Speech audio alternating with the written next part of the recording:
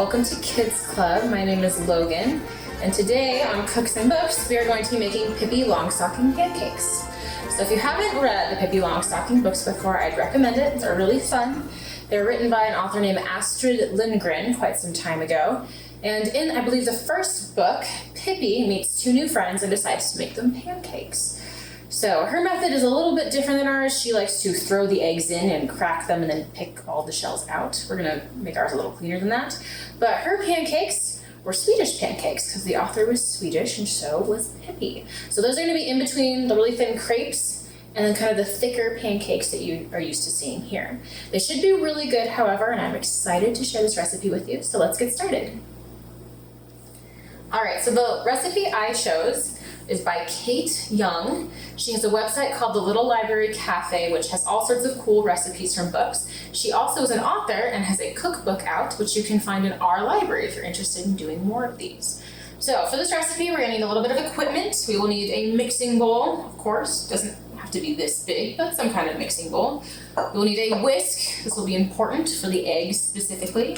Something to stir with, any kind of big spoon. And then a ladle will be really handy. It's not totally necessary though if you don't have one, so not to worry. Now the ingredients are pretty common for this recipe. You're gonna need 2 eggs, preferably at room temperature, so leave them out a little bit before you start cooking. We're going to need 1.5 cups plain flour, 2 cups milk, a ½ teaspoon salt, and 2 tablespoons of melted butter with only 1 tiny teaspoon of sugar. So these pancakes aren't gonna be super sweet. They're kind of more vehicles to put Nutella and butter and honey and syrup and whatever yummy things you want on, and then they'll be thin enough that we can roll them up and eat them like that if you want to. So once you got your ingredients out, we will begin mixing them up. But before we get to mixing, there's one more piece of equipment I totally forgot to tell you about. A frying pan. They are pancakes and they will be cooked on the stove, so you'll need a frying pan. As the quote from one of my favorite Disney movies, Tangled, is, frying pans, who knew? All right, so, as I may have mentioned before, Pippi Longstocking tends to throw the eggs into the bowl and then pick out the pieces very quickly. I'm not that coordinated. I don't know, you may be, so feel free to try. But I am going to crack it along the side here and dump it in like this. It's a little cleaner, a little easier than just throwing it in. Maybe not as satisfying though, I couldn't say. Okay, so once you've got your 2 eggs in there, you've cleaned your hands off, you'll grab your whisk and whisk these guys up. So if any of you guys have made like scrambled eggs or something before, you want to keep whisking so it's all mixed and you can't see the yolks really. And then actually you want to keep whisking a little bit more. So by doing this, we're mixing in the air with the egg, and you'll get some bubbles and it'll kind of get a little fluffy. That's what we're going for. It doesn't have to be, crazy fluffy, but some air bubbles, which is the aim. So once you've got that in there, we'll put our whisk down, and then we're gonna do the milk and the flour, and we're going to interchange them. This helps mix it about a little bit, and it helps it be consistent when we actually get the whole batter. So you're gonna take your 2 cups of milk and do about half. So let's pour in about 1 cup.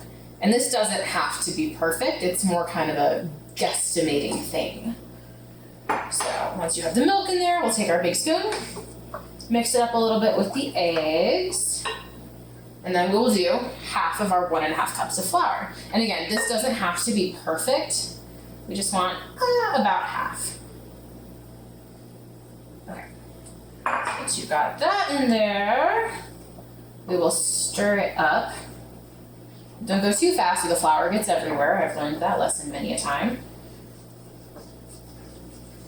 But once everything is wet, we will add the rest. It might take a little bit. So in the meantime, I'm going to tell you about Pippi Longstocking's monkey. So Pippi Longstocking is actually only 9 years old. She lives by herself because she has, I believe, a box full of gold coins she got from her father, who is a pirate in the South Seas. She's a very interesting character, as you can tell. And one of the companions she has is a monkey. She also has a horse, but the monkey is the one that hangs out with her pretty much constantly.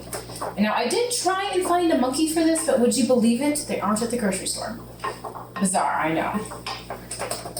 So you'll have to imagine a monkey. In the meantime, all I could get was Pusheen here on a book, but he's a pretty cool guy, so I guess it works out.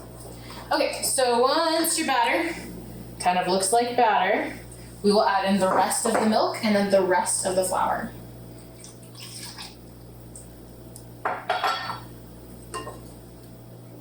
Next. So ideally, our mixture should be not quite as solid as the pancake batter you guys may have seen before. So because it's going to be a little thinner, it has to spread out a little more on the pan when we're cooking it. And so therefore it has to be a little bit more liquidy. So I imagine if we upped the flour and brought the amount of milk down, we'd probably just end up with traditional pancakes like you guys have seen before. But this way's a little bit more fun because then you can roll them up and put stuff in them. Okay, so once you have your batter done, like I said, it should be a little liquidy. I don't want to spill it so it's hard to see, but kind of like this. So not the batter y'all are used to seeing. Once that's done, we've got the milk, the eggs, and the flour all in there. We will add a little itty bit of salt, and then a little bit of sugar. And that you can mix up with the whisk since it's pretty liquidy and you want to make sure those two flavors get throughout the entire batter. Okay, so once that's done, whatever you do, don't add the butter yet. We're going to do that right before we cook it. So let's actually get the frying pan ready. Okay, so to get your frying pan set up, you're going to want to get your frying pan, of course, find which burner matches the size, and then turn it to a low-medium heat, which should be perfect for our fairly thin pancakes. Like I said, because they aren't huge, they don't need a whole lot of heat to cook all the way through. So once you've got that started, we're going to get a little bit of butter, stick it into our frying pan to melt. The sound of sizzling butter is always a good sound, in my opinion. So we don't need a ton because the recipe is going to have butter in it. And we don't even need to replace the butter between every pancake that we do, which is really helpful. So once you have the butter melting on there, you will get the rest of your butter and put it into your batter here. And then you can mix that up with the whisk or the spoon, really your choice. Oh, and if you are heating your butter up in the microwave, if you can do it on quick defrost, that'll help because it's not as much, not as much heat, and it won't cause the butter to explode. If you don't have that option, only do it for like 7 seconds, take a break, do it again, or else everything will in the microwave. Another mistake I have made quite a few times. Okay, once you have those two, we're gonna actually start the pancakes now. All right, so now that everything is set and prepared for our first pancake, you're gonna take your ladle, if you have one, fill it up with our fairly liquidy batter, and dump it into the middle of your pan. If you don't have a ladle, you can pour, it's just a little bit messier. You really don't want too much because you are going to take your pan and move it around until it's spread out into kind of a circle. Once you've got that done, and see if you can make the best circle possible, it's kind of hard. You'll only need a couple, maybe like a half minute each side, depending on what your oven is, what your range, stovetop is doing, and what the batter looks like. Ideally, you're gonna wanna wait for little bubbles to come up through the side, and then you'll be taking another bit of equipment I forgot to mention. I'll have to put this in the right up for this. A spatula so you can flip your pancakes. I know there are very many talented people out there who could just do that crazy thing where you flip it up like that. I am not one of them. I believe Pippi Longstocking was, but there wasn't a whole lot of detail in the book on how she did that, so it wasn't super instructional. So once your pancakes move around nicely and have little bubbles at the top, you can flip them. The other thing to check for is if you can kind of get underneath them ever so slightly, you're looking for brown spots, almost like a tortilla has, which show that it's just crispy enough but isn't quite getting into the burnt area. So again, I can't tell you exactly how long this will take, so just, be watchful. But any amount of time is worth it for a good pancake, right? All right, so once you've got a little bit of those brown spots on the bottom of your pancake, you're going to pick it up with your spatula and flip it. This batter is really nice in that it doesn't stick almost at all. It's a lot easier actually than the kind of pancakes I'm used to making. So once you got it flipped, you're gonna wanna wait about the same amount of time until you get a similar result on the other side. Again, this will depend on your batter, what kind of heat you're looking with. The fun part about cooking is everybody's oven and stovetop and even altitude is different, so it's really hard to get the exact same results. So aim for this, but you know, if yours looks different, don't worry about it, okay? Now that we have spots on both sides of our pancakes, we're gonna pick it up with our spatula and slap it onto our plate. As you can see, they're really, really thin, like I said they would be. So, from there, you can do a ton of them. You can start eating right now. Batter doesn't keep forever, so you might as well go ahead and keep doing them. So I will come back after we've made a couple more of these. All right, so now we have our beautiful pancake prepared.